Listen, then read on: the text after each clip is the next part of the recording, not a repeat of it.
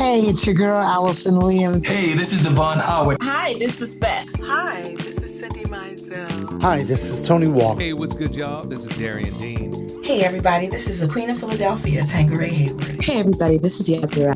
Hi, this is Mason. Hey, everybody, this is Russell Taylor. Hey, guys, what's up? This is Ness. Hey, this is Kenny Allen. What's up, everybody? This is Cecily. Hey, this is Corey Day. Hey, this is your girl, Castella. Hey, everybody, this is Rebecca G. Hey, everyone, this is Hill Street Soul. What's up, good people? This is Bassist Hubert Eves IV. This is Melvin Lee Davis.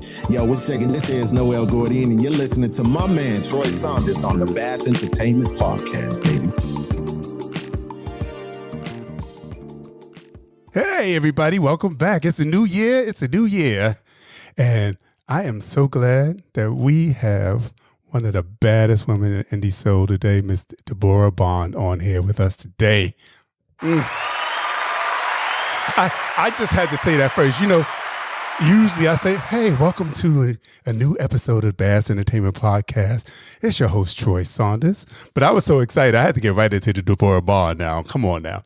So in case you didn't know, in case you're tuning in late and you don't know what Bass Entertainment is for, we highlight the best in indie, soul, jazz, R&B, house, inspirational. Matter of fact, any good music, anything that makes you feel good, anything that brightens up your day, anything that's pure and speaks to your soul, that's what we highlight here. Yes. And matter of fact, that goes to say what our tagline is listening experiences for the indie artist aficionado. Yeah, I love it. It's so bougie.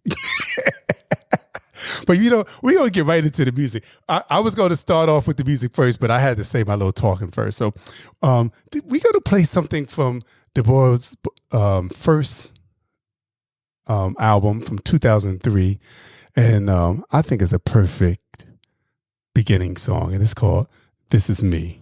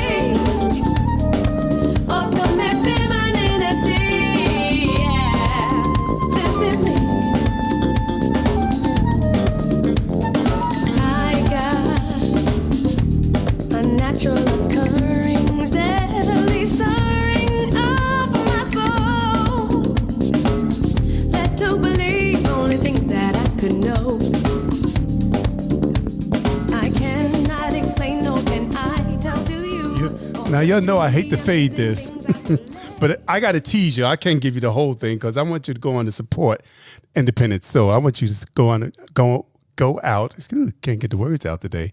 I want you to go out and support independent soul music. I want you to go out and download it. I want you to purchase it. I want you to share it. So I'm just going to give you a little bit, so just to keep you wanting a little bit more. And without further ado, I want to introduce to you the incredible, the incomparable, the beautiful and talented Miss Debórah Bond. Hello, how are you? I am so good today. When I first started this podcast, I said, I got to get Debórah Bond on here. Hello, I'm here. I'm glad you were still thinking of me. Oh, yeah, definitely. I'm like, please. Every time I hear your music, it just takes me to another level. I mean, what you do is just, it just speaks to my soul. I always tell everybody a story. The first time I heard your music was a friend of mine, Arif St. Michael.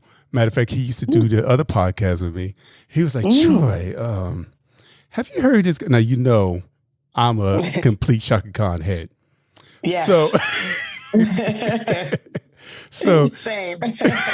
So that's how we do. Because he put this song on for me. Oh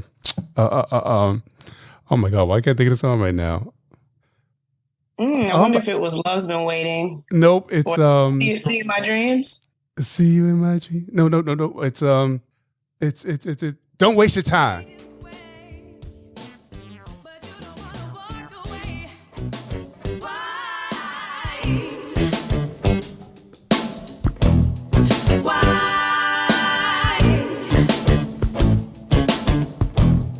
That's what. Don't waste your time. Why is at the end? Why? Yes, exactly. He played that and I said, oh, that Debórah loves us. She likes some Chaka like we do. I like the Chaka. That was completely my ode to her in that moment. Yes. It sure was. And we picked some people. I hear him. So yeah. So we picked it up and thought, ooh, I like that. So I had to go buy the whole thing, and I've been a fan ever since. Oh, I appreciate it. Then to meet you in 2009 at the inauguration, when we was at the Italian embassy. Yes. Wow. Oh my gosh, taking it so far back. Yes, okay. The Italian embassy. That was a good time. Yes, it was. With Yazara. Yeah. I don't know if Fred Yone was there. It was a nice group of people there. Yeah, we just had a good time. Yes. So yeah, I'm just like I said, I'm just so happy that you're here today. I appreciate it. And I appreciate you so much. Yes, indeed. So, I mean, let's go back a little bit. Now, you were born in New Haven, Connecticut.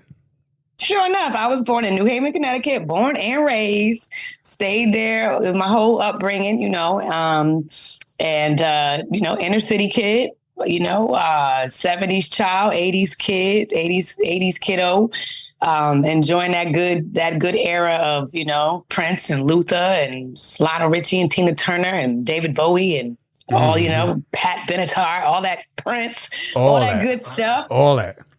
Mixed in with P-Funk and Minnie Riperton and Anita Baker and Duran Duran. And, I was a sponge back in those New Haven days for just anything that felt good to me musically. I was just into music, just from my earliest memory, just into music. And I didn't come from a musical family. I didn't come from, singing in the church even. I just was a kid that felt connected to music once I could really understand what I was taking in. Even if I didn't understand what I was taking in, I was just like, I just was a musical sponge for sound and for visuals from a very, very young age. So I was a very daydreamy kid, always trying to pretend with my hairbrush, that I was on stage. I pretend I was on the Grammys. I pretend I had a radio show. I was a pretender. I really enjoyed fantasizing and imagining what life as an artist could be as a little girl. So New Haven will always have that special place. And that's also where I met a lot of my high school friends and middle school friends that started writing songs with them and doing talent shows and, mixing a little bit of the singing with my homegirls, singing in the bathroom, getting the acoustics, mixed in with musical theater and mixed in with track and field and running and being an athlete. I was a busybody child, thanks to my mom. And I always knew that I wanted to write and that I wanted to sing. And so that was where it all was beginning. I was a poet and a songwriter by about eight years old. I was already writing poetry and writing songs. So beautiful history back in the Elm City, as they call it. That's what I'm talking. It's funny how all of those cities in Connecticut have their name, like Waterbury is the Brass City and Danbury is the Hat City. And And I'm the Elm. Yeah, we're from the Elm City. Yeah. New Haven is a very special place. When I moved away and came to DC for school, so many people assumed that I came from a very rich background, that my surroundings were trees and green and just flowers and rolling hills and Sound of Music or something, you know? Right. And New Haven is not like that. New Haven is not like that at all.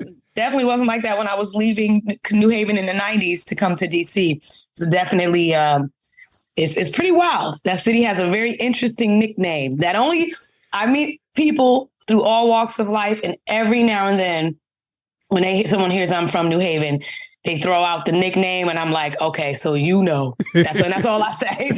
You know what it is. You know what it is? No, because I moved to Connecticut like 10 years ago. I'm really originally from Brooklyn. Oh, you're from Brooklyn? That's where my father's from. Yeah, they used to call it Gun Wave in New Haven. Gun Wave, right. What you even think? Oh, my right? goodness. Well, you know, New Haven is going through a little revitalization right now. They are trying, from what I hear. You know, most of my family is still up there. And so I hear a lot of interesting things about, you know, changing some of the inner city areas, and you know how it goes, gentrification and things like that. And so I don't know if I can necessarily say it's a good thing or not, but it is definitely a dream of mine to let the music kind of take me back home and maybe have some scholarships for young people interested in entertainment, maybe do some master classes, get back into my community and really explain to the youngins that there's a big world out there, and it's like you can enjoy where you're from, and you can also see the world if you work hard and believe in yourself. Yeah, and you know what? When you do that, let me know, because I'm new to Connecticut. I'm relatively new since I've only been here 12 years. But I'm trying Where you at? I'm in Danbury. You're in Danbury. Yeah. Oh, okay. Yeah. So yeah, not too bad, right? No. Well, you know, coming from Brooklyn and Queens, shoot, even Danbury is like, you know, they say, oh, that's the rough. I was like, this ain't the rough side of town. What are you talking about? Danbury is not rough, no, and not compared to Brooklyn, right? They say, oh, like we don't want our daughter to go to Danbury High School. What's wrong with Danbury High School? Danbury, I went to Erasmus Hall. Shoot, Erasmus Hall. Y'all don't know nothing about bad back. I feel you on that. Now, I ain't gonna say nothing about New Haven, because New Haven used to really, I think they wanted to be like Brooklyn. You know what I mean? I think they wanted to be like Queens, be like the Bronx. So we when I moved to DC, we were the top 10 most dangerous cities in the country in 1994, right? 1995. Can you believe that? So Danbury now, it's yeah. We will talk offline, because I'm definitely curious also to know like what's popping in Connecticut as far as like, you know, venues and places for indie soul. Are you asking me? I'm saying we're gonna talk about it later. Okay, yeah, okay. Because you know, I'm trying to, you know, get things popping. I did a show in September, a jazz show in Newtown, Connecticut, and it came out. It was a real nice show, but I need a little more attendance. Or I feel you on that. I need to get I think I want a smaller, more quaint venue, more intimate. That's the same for me when I come up there. I want to perform in kind of the smaller, niche, kind of just eccentric type spaces. So, yeah. Well, you don't have to worry about packing it, because, you know, you don't know with our peoples. We never know if they're going to show up or not. Unless it's, okay. Unless it's Renaissance. Okay. That's what I'm talking about. I was like, wait a second. And I was promoting from February. The show wasn't until September. Yep. I get it. I do get that. I get that. They said, why are you starting so early? I said, because I know how y'all. Yep. Okay. Exactly. tell them way early, and then cross your fingers. And still cross my fingers. They still dropping out at the last minute. Right, or sending you a text like the next day. Oh, I really wanted to be there. Right. Sorry. Thanks for telling me. Oh, we special. We special. It's special. All right. Yeah. So, but it was an incredible show. It still the venue was like, oh my God, that's like one of the best shows we had up in here. Oh, I love it. I love it. So I'm working on something for this year. Well, it's just finding that nice little intimate spot. I want to find a spot that's kind of new. A lot of people who don't know about, therefore we can come up together. Yes, indeed. Yes, indeed. That's how it started in Manhattan when I did it. Mm-hmm. It was a place that I used to go for happy hour. And they had an empty space upstairs. And I was like, this is a nice place and a nice space. What are you doing with the space upstairs? They said, nothing. I said, maybe can I have a few shows up here? He's like, sure. Right. And it just started expanding. So I need something like that. I feel you. So anyway, back to the music, because we could talk forever about all sorts of stuff. Right. So when you went to college, you didn't go to college for music, though. I went to college for journalism as my major, broadcast media, and vocal performance was my minor. Okay. So I always kind of tried to sneak it in there because my mom's was, very much like, we gonna have a non-entertainment business, slightly non-entertainment business direction for you. So we can make sure you stay on the right track. But, the track that you're supposed to be on is going to be the one you're supposed to be on, because I still ended up doing music. And I studied journalism with the thought of perhaps being like a investigational reporter. I was really into kind of like a combination of, it's crazy. I was into a couple of things. I was into like law and crime and that type of investigating reporting. But then I was also into music reporting, or like music news and interviewing artists and radio and that kind of a thing. So I took it all in. And by the time I was done, the first real job I had in the field was on satellite radio. So pretty cool. Took a minute, though. That was not my instant leap from school to that. I had a lot of odd jobs, and I mean odd jobs. I could write a whole memoir on just my odd jobs and the people I've come across in the world of the corporate America. But I landed a cool job at SiriusXM Radio, and that was a nice segue into like the two worlds that I enjoy, which is, music and journalism, telling the story, learning the story, doing what you do, chatting it up with people. So I spent 10 good years there and really enjoyed it, and had the opportunity to do a couple of things, from singing jingles and, doing that whole voiceover stuff to I was a music librarian, where I would just spend the day reading liner notes for classical music and inputting data and that kind of performance rights information, and understanding the importance of having all of that secure so you get your money, you get royalties.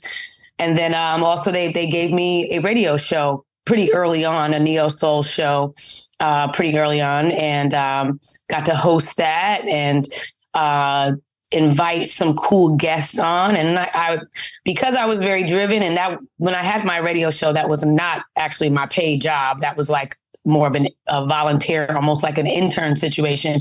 They really, a lot of the powers that be enjoyed my drive. And so they would start throwing opportunities at me to do big interviews whenever there was like an emergency or something happened with one of the hosts and they can't make it in, or one of the hosts, I remember, had a baby like the last minute. And because of that, I was able to interview Neo in front of a live audience. That went so well that I was able to interview Chaka Khan. And it was Alicia Keys. And so it was a very, very cool moment where I got to enjoy also understanding how radio works. And like, as an artist who's submitting music to be played on the radio, it was really cool to see the behind the scenes and get an idea of what I need to do and how I need to present my music. And, and I made some really, really great friends in the business, which, still have them by my side supporting me as I am now, doing music full time. Yeah. Yeah. Well, see, that's the people that you meet along the way are there to help you later on. Hopefully, thank God, right? Yeah. Yes, indeed. Yes, indeed. I have to just give a heavenly shout out to a dear friend of mine in radio who not very long ago passed on. And he was my mentor, and he was also from New Haven, Connecticut, Dave Dickinson. He worked for many years at WHUR in DC and then in XM radio. And he was we would have these good music debates and talk about what the good music is and like what we need to do, to change the course of the radio situations. And he was just a cool cat, man. And it just broke my heart to know that he has passed on. But he was someone that beyond working in radio, I was able to still get advice, still, send my music to him and get him to review it. And he looked out for myself and many, many, many, many, many indie artists on the scene. So thankful to have made those kind of relationships. Yes. Really am. Yeah. Rest in peace. Rest in peace. Yes. What's up, everybody? This is Cecily, and you're listening to Troy Saunders on Bass Entertainment Podcast. Those conversations are still going on. What are we to do? How do we change the course of music, and what is good music? Right. I am still asking all those questions, but I know in my mind what I feel good music is, and that's why I started this podcast. I said, you know what, I got to put what I feel is good music. What somebody else feels is good music is their opinion. Yeah. But like you said, child of the 70s, 80s, we know a certain type of music. Yes.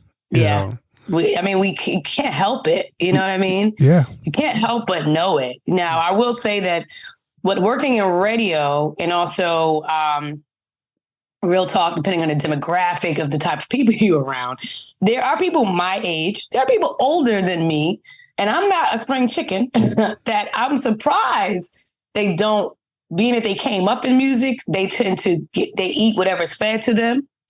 And so I found myself on many occasions debating with grown human beings about the fact that, okay, this versus this, like, you really think this is good music. You never heard of this person. So maybe you don't want to justify giving it a chance because it's not something big, but listen to it. Tell me it's not as good or if not better than this. And it sometimes shocks me that I have those kind of conversations with people who are 45 and up. You know what I mean? You just brought something to mind. I remember I was talking to a friend of mine, and they just love Sybil. Now, I love Sybil.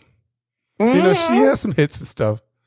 Yep. But he was telling me that he felt that Sybil was on another level higher than Chaka Khan.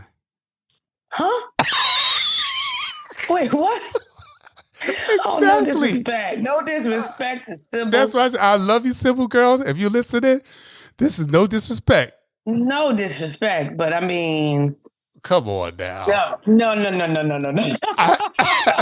I'm like, are you? That's like even saying that Alicia Keys can compete with Chaka Khan. No. Okay. And that's a megastar. Okay. No. Rihanna, no. Right. Mary, no. Exactly. Mary J, no. And they all know it. And they'll tell you themselves. Wow, that's interesting. Yeah. I mean, I've caused only a very light amount of controversy. I try to keep my thoughts positive, and I try to keep what I say online as cool and collected and graceful as possible. But I did set off. I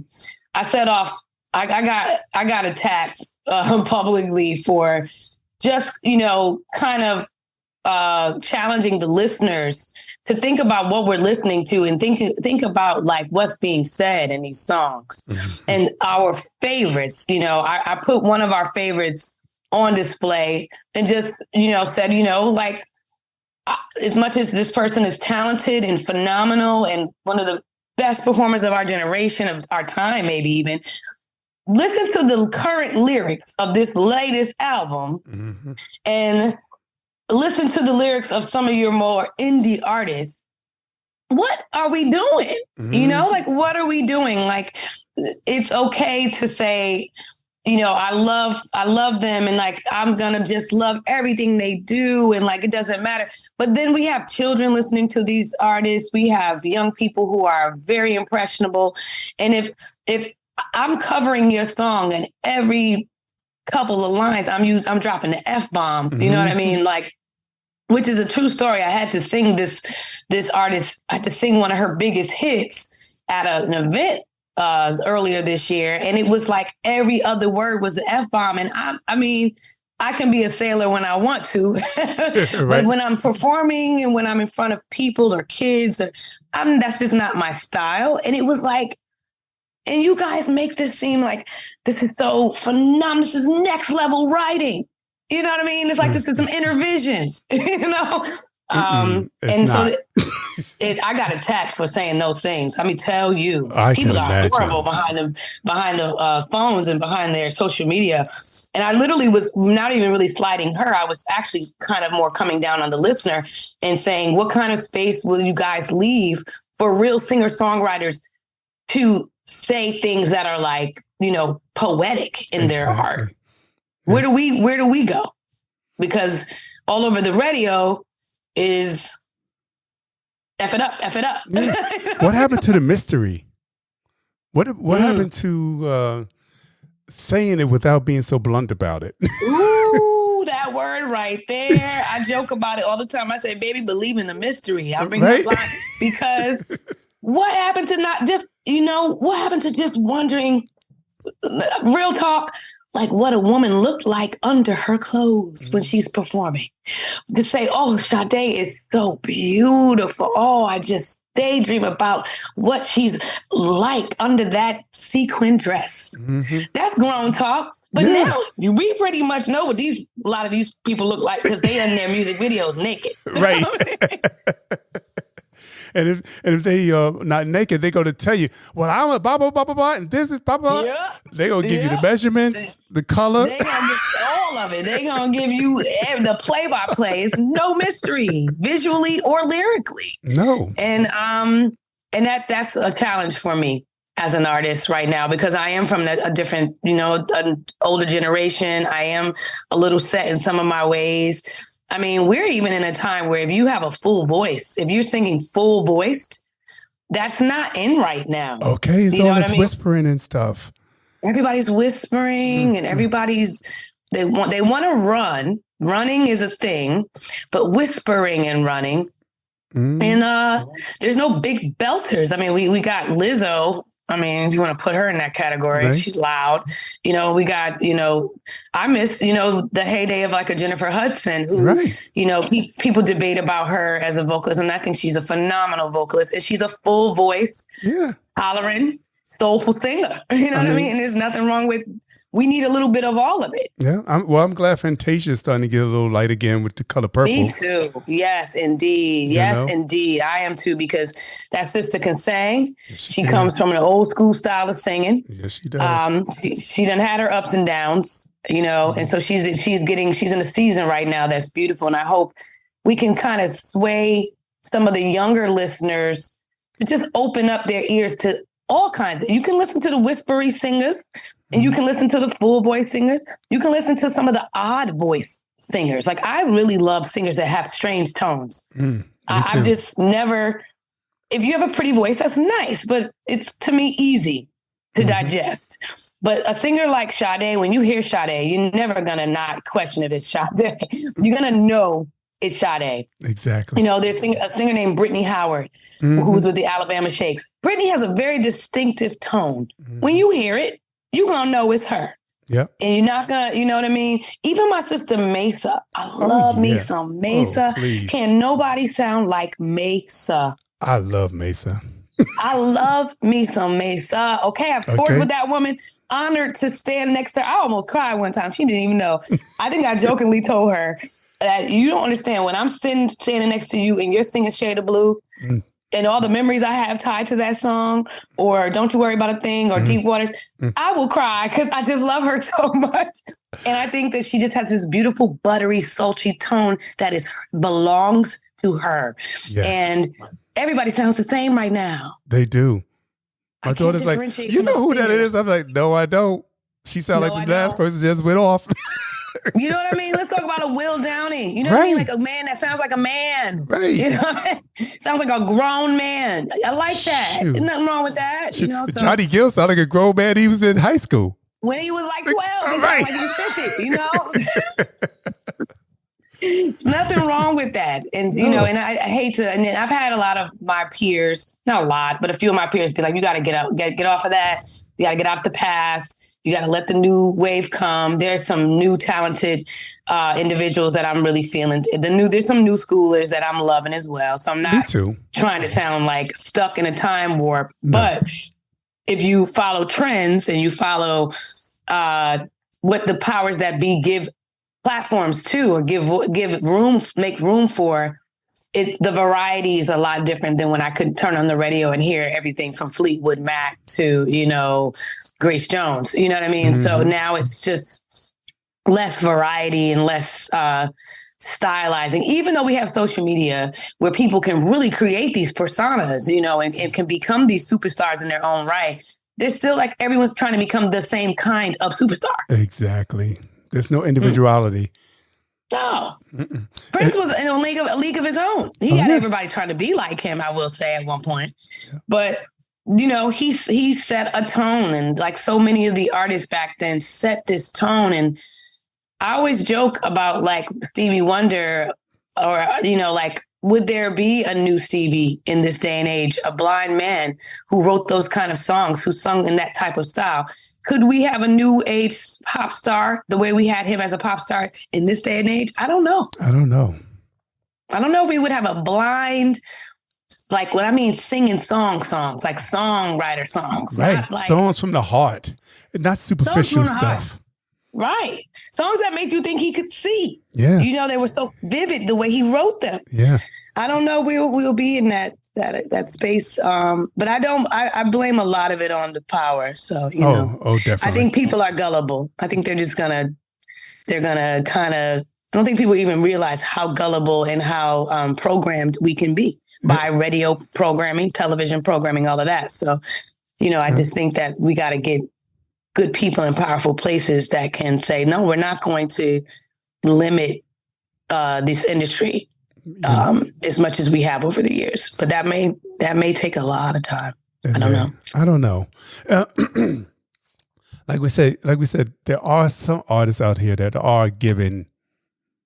do know about, you know, the history, and are trying to produce that type of music. But it's so, you know, I mean, it's harder. It's definitely harder.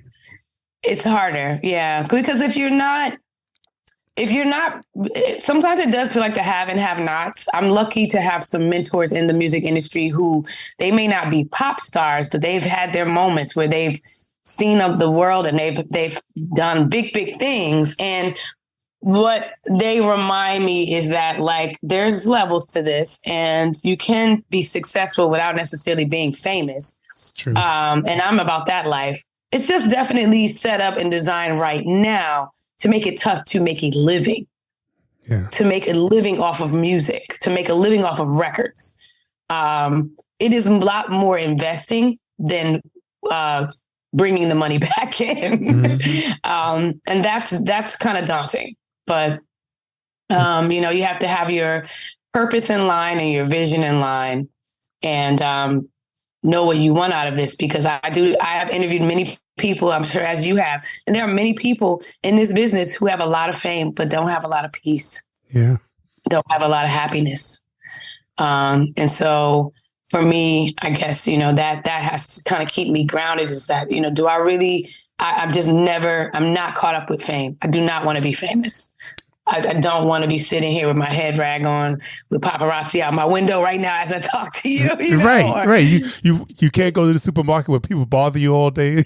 You know what I mean? And every now and then it's fun. I went to the store and someone said, you're Debórah Bond. This is yesterday. And it's like, oh, wow, this is kind of cool to be recognized, but that's one person. Mm-hmm. You know, I don't want it to be like everybody, like, look at her come up the house with her hair ain't done. Mm-hmm. Or, everything gets picked apart, or your business. You got to make public service announcements for divorces, or anything that you do has to be a public statement because you got to let your fans know. I'm an open book in some ways, but I'm also very private in some ways. And I wouldn't want that lifestyle. Just seems so draining. Yes. But I would love my music to touch the world. And, that's all I could ask for, is that my music just continues to travel in places and touch people, heal people, and inspire people and bring people together and remind us that we're all kind of in the human race, and not just the rat race. Right. We're all in this together. When you said that about go to the supermarket, I remember when Ledisi was not as known as she is now. And she just finished doing Black Girls Rock the first time. Mm-hmm. And they did 4 women. Peaches. Mm-hmm. Peaches, right. So we was in the city and we was at this restaurant eating. And you could see it was a couple of people who were swarming around where we were sitting. And they said, I think that's Peaches. I love it. She owned that. I can't lie. She became Peaches that day. Oh, yes, she did. Oh, my girl. Shout out to Ledisi. Hey, Led. Hey, Led. We love you, girl. We love you, Ledisi. Yeah. And she's a big inspiration to me. She knows this. I've told her on many occasions because I sung backgrounds for her once or twice in the very beginning in the, what era was that? The All Right. Life can bring us through many changes. It's all right. Mm-hmm. That era. And I watched her fight and work and like push in this industry that is not easy on brown girls. You know what I mean? Mm-hmm. We have it hard. Black women have it hard in this industry. And to see where she is now from 20 years ago. Yes. She's not a baby girl. You know what I mean? She's grown and her music is grown. And to see the leaps and bounds and things that she's done, she helps me feel like I can keep going. You know what I mean? And she reminds me to not be caught up with certain things that the industry may just hover over your head. For me in particular, it's age, because I'm not a young girl. And it sometimes feels like in this music business, especially in R&B in particular, that we're competing with these young girls and these young sound. And she's just a reminder to stay who you are, stay true to yourself. Yes. And good music will reach people. It will get to them. If you continue on and you continue to stay consistent and you walk in your truth, you will be surprised what can happen in your life and in your career. She reminds me of that. Yeah, totally. Matter of fact, she was part of the inspiration for me doing this podcast. Yes. And I called up. I said, I don't know. It's COVID. I just retired and I need something to do. And maybe I need to start interviewing people. I think I know enough people to call up and come up that want to sit down and talk to me during this time. Right. I said, I know you had a podcast. How did you do it? She said, well, Troy, this is what you do. Blah, blah, blah, blah, blah. Mm-hmm. And then Ron got on the phone and told me what equipment to get and stuff. I was like, okay. Mm-hmm. So here we are. 3 years later, I'm still doing it. Yeah, I heard all them drops at the beginning. How you doing it? All right. Yes. So, yeah, I'm just happy, to continue to be able to do this, to be able to talk to people. It gives me some, it makes my spirit full. Yeah. It makes me feel good. So that's the main thing. And I'm uplifting the people that I feel deserve to be known by the masses. And we appreciate that so much. Like, it's not just to know someone respects your craft, respects your art enough to want to just have a conversation with you is a beautiful thing.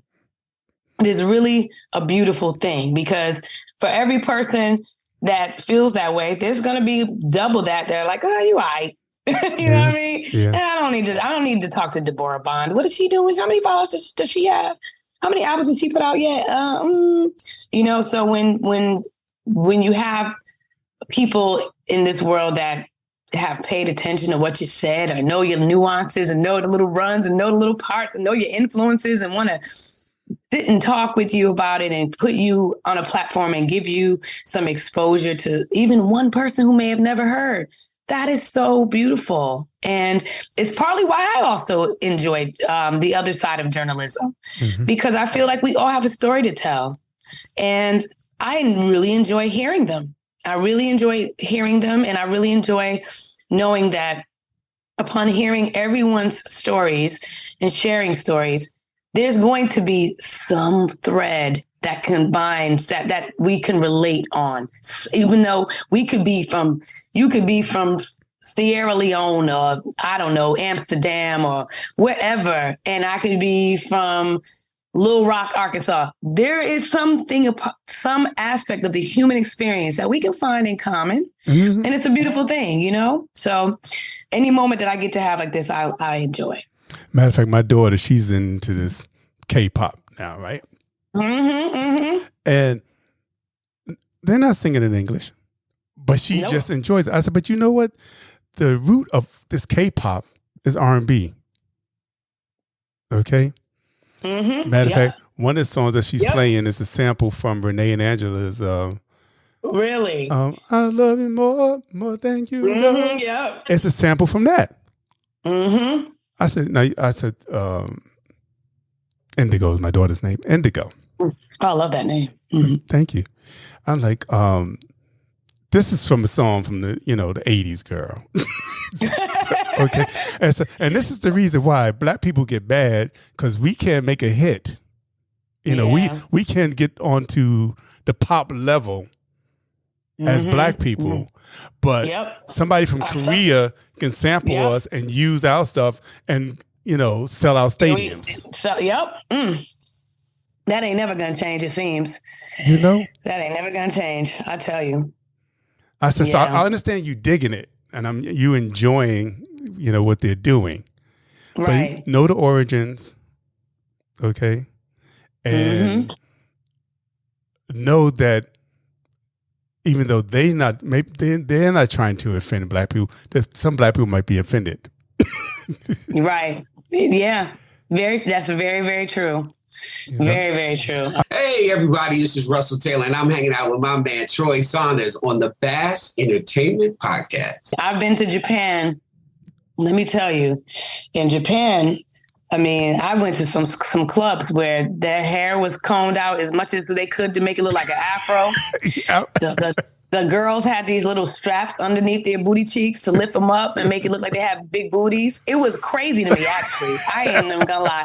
I couldn't believe it because I in college, what I enjoyed about going to American University, even though I was a little culture shocked when I first came from New Haven to American, is that it's an international school. And so you're going to have a lot of people from different countries. That school is known for their international studies program. So my roommate, freshman and sophomore year, was from Kyoto, Japan. Shout out to my girl, Yukari. We clicked so well freshman year that we decided to be roommates sophomore year too, because she was so Black. She was actually, no, let me take that back. She, thick accent. She was a Japanese straight up. She came from Japan. She wasn't living in America. Like she was serious, but she would always tell me, this is 1994, 95 now. She'd be like, we sweat a Black American culture in Japan. Like, she's like, you will not understand it. Like, you don't even know we try to dress like y'all. And so that was in the 90s. Fast forward to 2016, when I finally got to go, thanks to Incognito and touring with them. And I hung out. I was like, this is really true. Like, the afros and I went to a reggae dance hall party, and it was straight up 90s dance hall in 2016. They was doing a butterfly and the BOGO. I couldn't believe it. And so, one of the things that is also important to me as an artist is to encourage, especially in kids, self-empowerment and self-worth, because our culture as Black Americans, I'm saying, like, I'm a Black girl from New Haven, Connecticut. I have a lot of friends from Jamaica and from Trinidad and from South Africa. I'm a Black American girl and my culture is here in America. Us, as you know, all the culture that we have, whether you grow up in the boogie down Bronx or you grow up in Compton, whatever, we have to embrace what we bring to the table, because what I have seen throughout this life is that we influence everybody. It's true. We influence everybody, and we need to have some pride in that, because in the, you know, the structure of music and the structure of entertainment can do a very subtle, very slow and steady way of not having us see that we are dope and that our culture is being copied everywhere. And we need to like own our culture, respect it, and like pour into it. Instead of, you know, wanting BBLs and lightening our skin or doing all kinds of craziness. And so respecting your culture also does not mean disrespecting yourselves.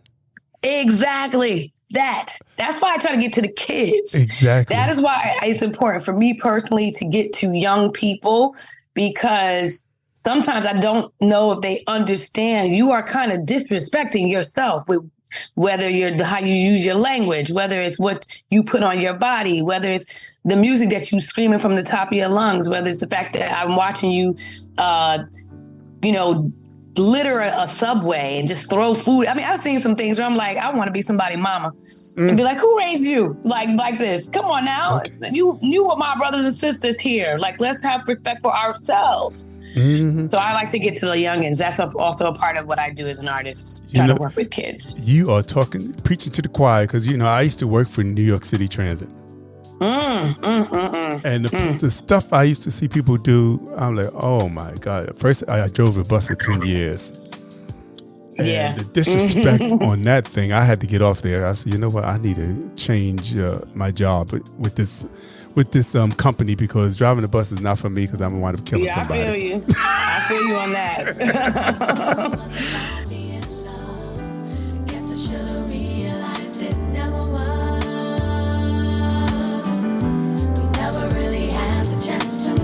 Each other as friends. So tell me, should we try again? Ain't it strange how life plays tricks on you? Just when you think you're in love, it's soon it's long gone. Yeah, I'm thankful that I found some clarity after all that's said and done. 'Cause lately, everything leads me to you. In 1 minute, we both moved on, and now you're standing here. Back then, I was just mixed up in our chemistry. Today, it's all so very clear that it never was about the two of us. It never was about being in love.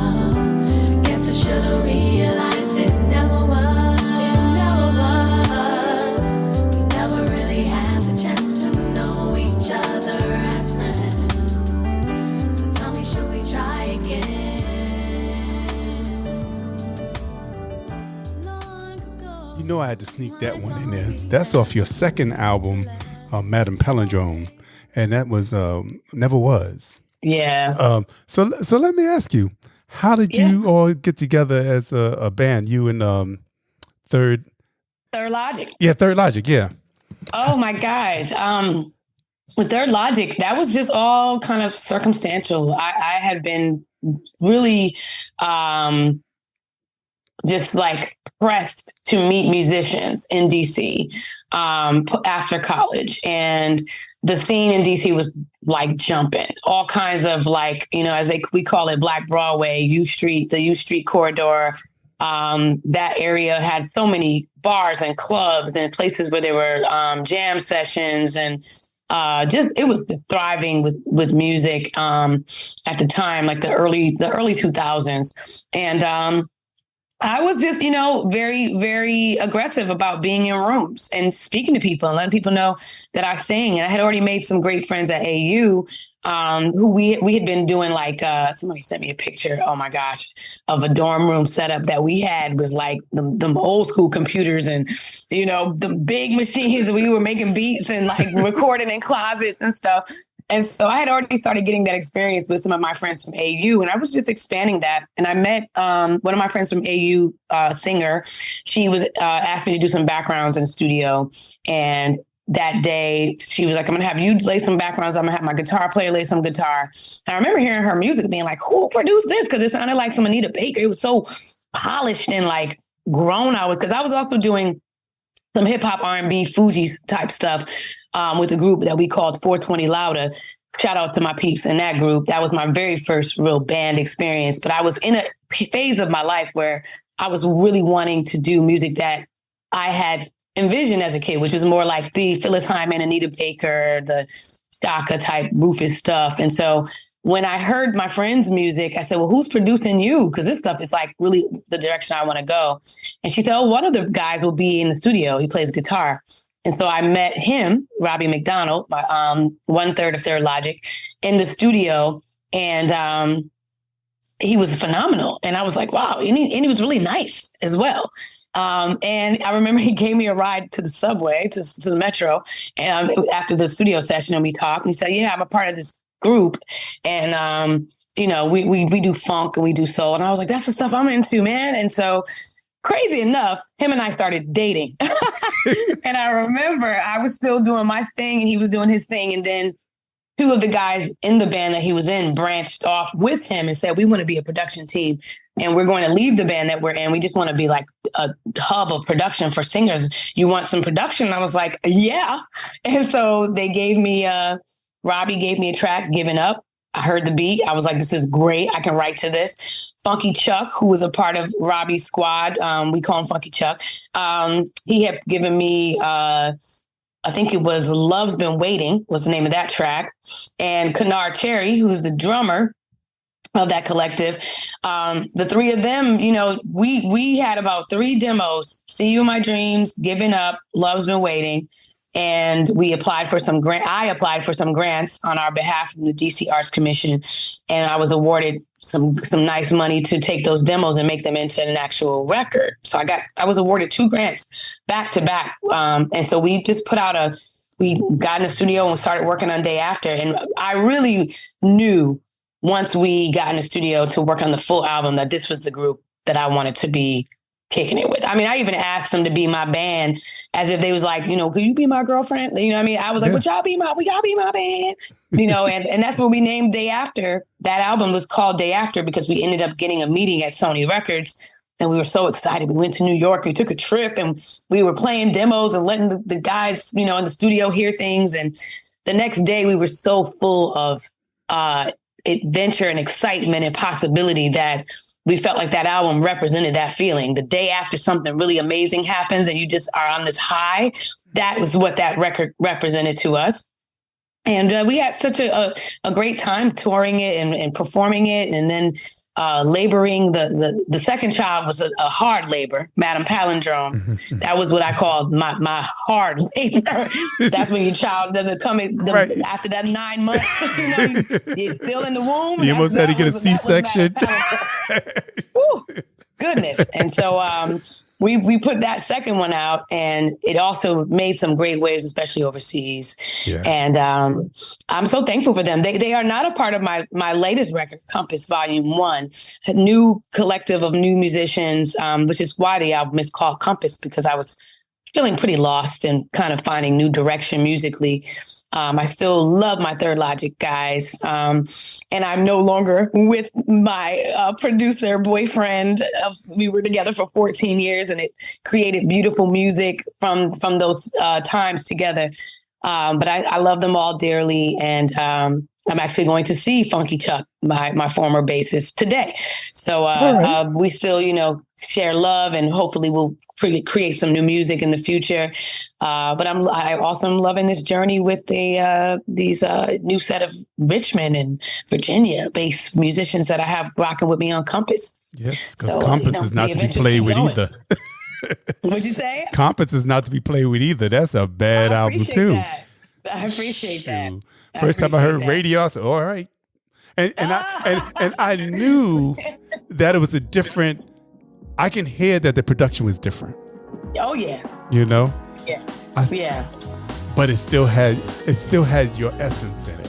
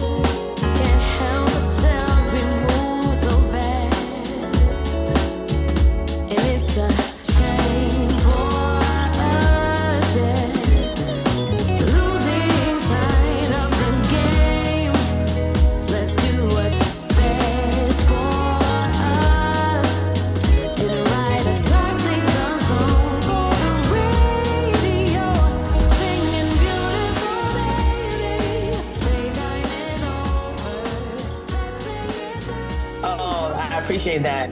And I've heard that too. One of my good friends, you may even know him. He's a singer as well. Kenny Wesley is his name. I know Kenny Wesley. Kenny Wesley, that's one of my dear friends. He said to me, you know what, Debórah? He said, this album is actually no different than your other albums. He's like, if you really listen to even the flow of it, he was peeping stuff that I was like, oh, you really listen. Yeah.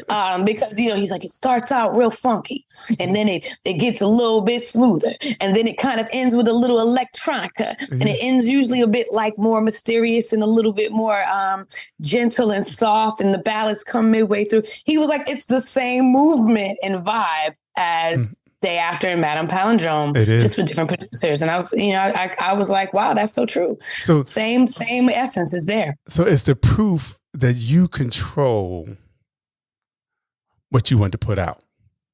Yeah. Yeah. Even though you have different producers, you control how you want to sound, how you want to flow. Yeah, I'm controlling. That's probably why I never get a record deal. Because let me take that back. Compass came out on Splash Blue Records. Shout out to Bluey from Incognito. It is his label. He's 1/3 of the label team for Splash Blue Records. Compass was released on Splash Blue. They understand. They get it. They do. But I am definitely controlling and very protective of what I share and what I say and how I look and the whole brand. So you're going to still get me no matter who I work with. And I've been working with quite a few artists now in the last year or two, especially a lot of collaborating. You still going to hear me. Yeah. I'm there. I love what you do with Zoe. Yes, shout out to Zoe, Top Black Guy. Yeah, I was so mad that I could not make it when y'all came to Connecticut. I was like, oh Lord, I'm gonna miss this, and because it was right at Waterbury.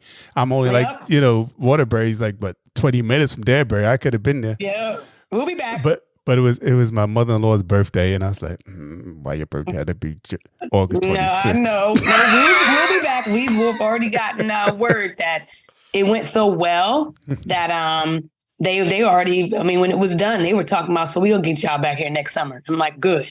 Because my family was able to come too, which is really nice that it was not too far from New Haven. So yeah, this was the year of Connecticut. This is the most I've performed in Connecticut this year in my life. Well, next time you come, let me know. I'm going to bring my butt right on up in there. Indeed. You know who else I was able to see? Rebecca Jade. I'm loving her too. Oh yeah, yes. I'm like, go on, Miss Rebecca, do your thing, girl. And I'm glad that she came on the podcast and chatted.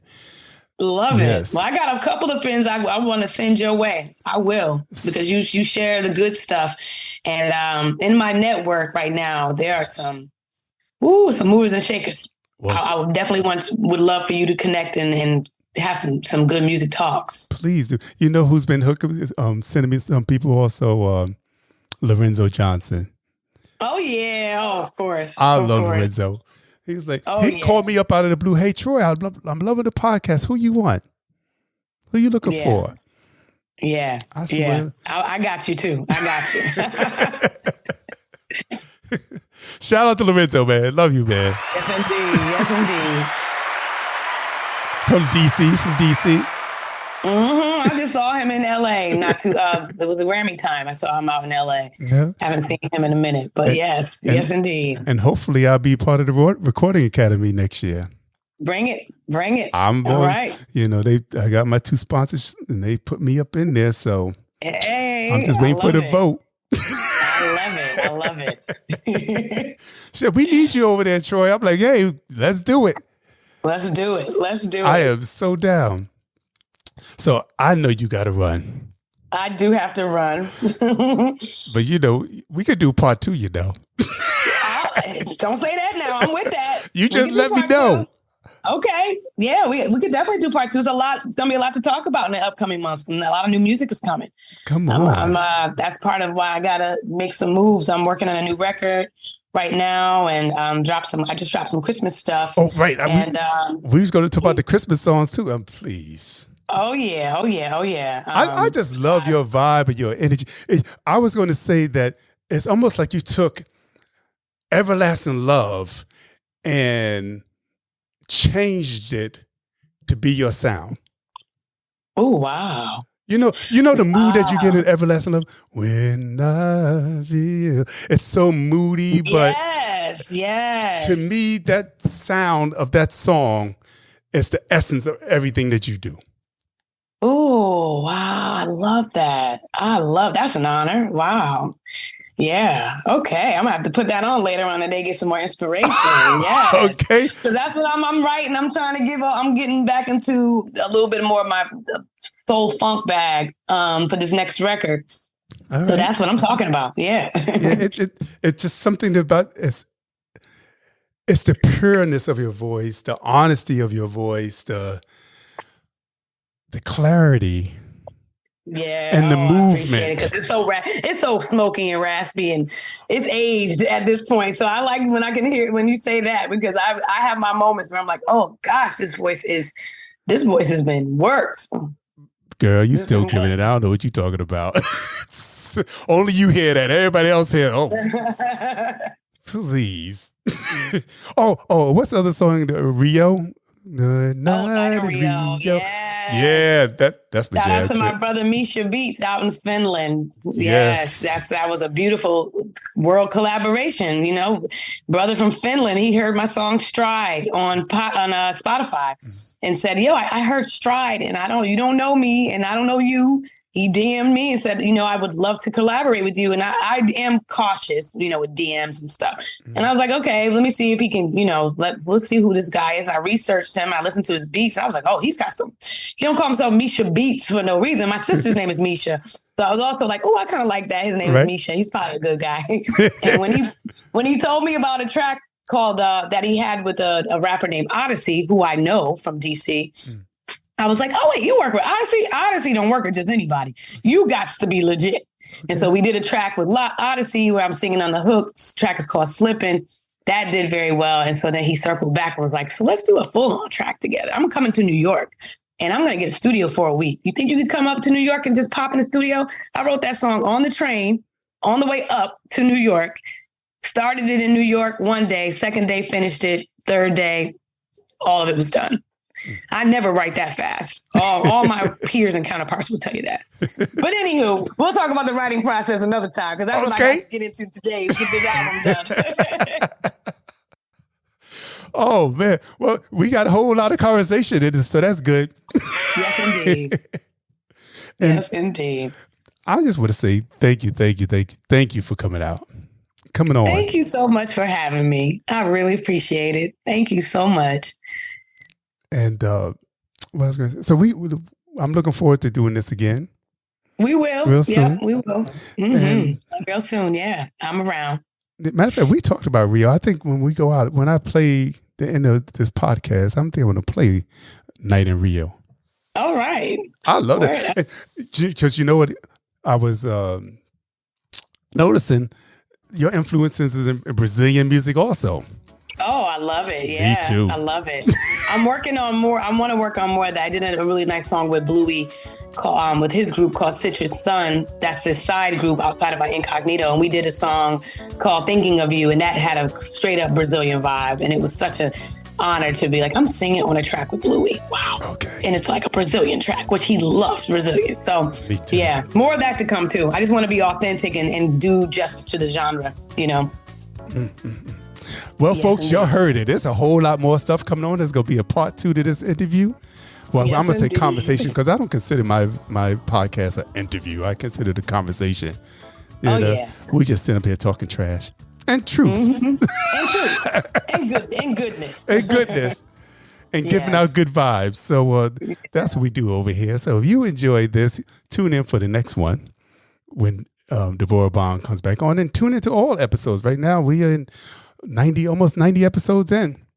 Beautiful. So, go to www.bassentertainment.com and check out any one of the episodes from Mickey Howard to Jennifer Holliday to Debórah Bond to Castella to you name it. We cover a vast amount of people. D. Lucas, you know. Oh yeah. We got some folks over here. So come on, if you just tuning in and you don't know what we do over here, go to www.bassentertainment.com and check out our podcast. I think you're gonna enjoy it. We just like to have a good time. And Debórah, I got to let you go. It's hard for me to do it, but I got to say. Well, I thank you. I'll be back again. We'll do some more soon. We'll do more soon. Oh, lots to talk about. So much, actually. Right? So, yes, indeed. Yes. So go handle your day. Take care. Take care. Thank you again. I'm giving you big hugs through the phone. Thank you so much for having me. I appreciate it. I appreciate you coming on. Until next time. Yes. And this is going to be A Night in Rio, y'all. In case you didn't know this is a bad record. Check it out.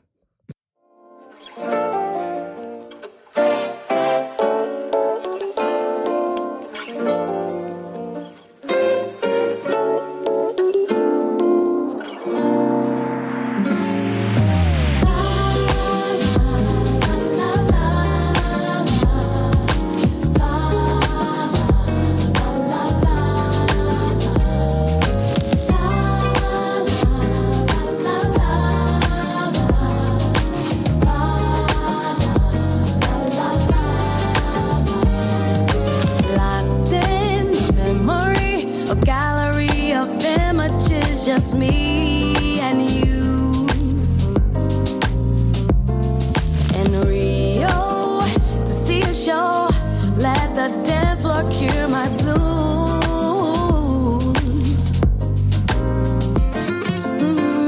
Sexy dancer, I saw your eyes.